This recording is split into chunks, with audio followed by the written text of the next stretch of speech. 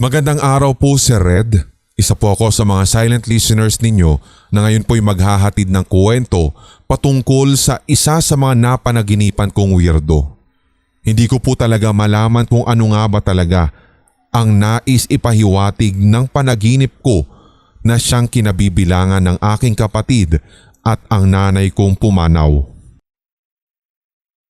2019 po kasi nang pumanaw ang kaisa-isa kong kapatid.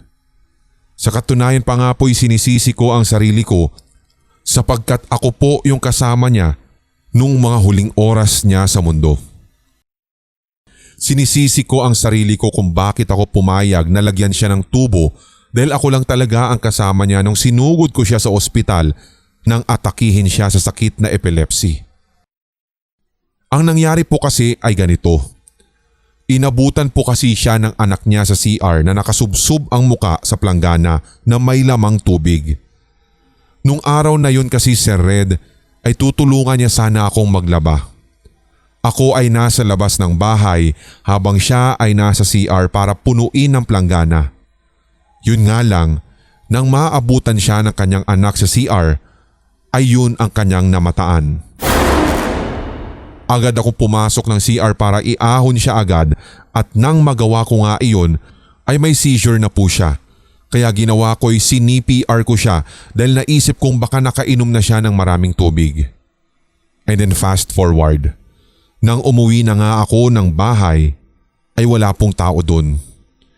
Yung mama kong may sakit na nasa bahay ng tiyuhin ko ay hindi pa rin alam na wala na ang kapatid ko. Pagpasok ko ng bahay, may nakapagkwento sa akin na bigla daw nag-ingay ang plato sa mesa at iniisip kong sumunod sa akin ang kapatid ko.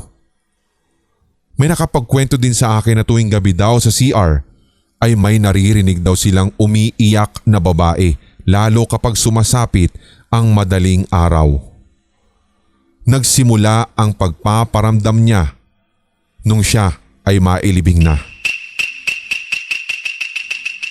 Makaraan nga po ang isang buwan, sumunod naman pong namatay ang mama ko dahil sa cancer. Sa bahay lang din po binawian ng buhay si mama at hinintay lang talaga niya ako makauwi ng bahay galing trabaho.